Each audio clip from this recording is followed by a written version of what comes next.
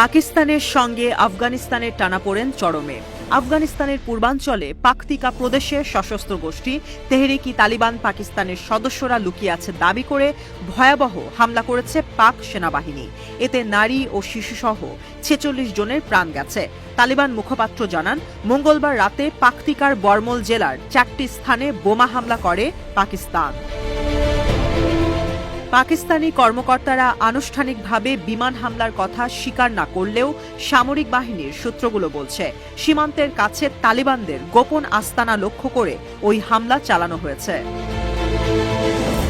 বিভিন্ন সূত্র বলছে, পাকিস্তানের খাইবার পাখতুনখোয়া প্রদেশের ওয়ারিজিস্তানের কাছে আফগানিস্তানের বরমল জেলায় হয়েছে এই হামলা।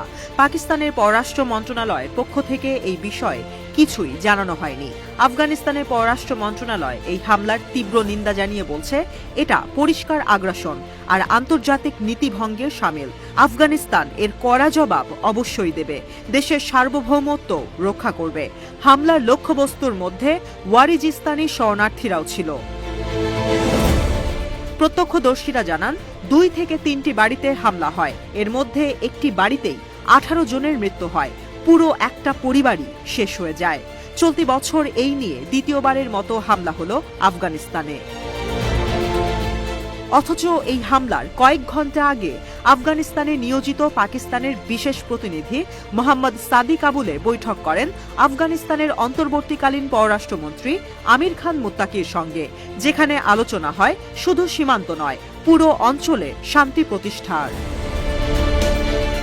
পাকিস্তান সরকার বারবারই বলে আসছে, আফগানিস্তানের তালিবান সরকার টিটিপির মতো সশস্ত্র গোষ্ঠীগুলোকে মদদ দিচ্ছে, যারা বারবারই সীমান্তে পাকিস্তানি নিরাপত্তা বাহিনীকে লক্ষ্য করে হামলা করছে।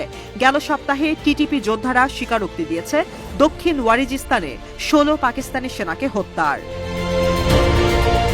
যদিও আফগানিস্তানের তালেবান সরকার বরাবরই বলে আসছে কোনো সশস্ত্র গোষ্ঠীকে মদদ দিচ্ছে না, তবে পাকিস্তান বলছে আফগানিস্তানে আশ্রয় নিয়েছে তেহরিকি তালিবান পাকিস্তানের সশস্ত্র যোদ্ধারা।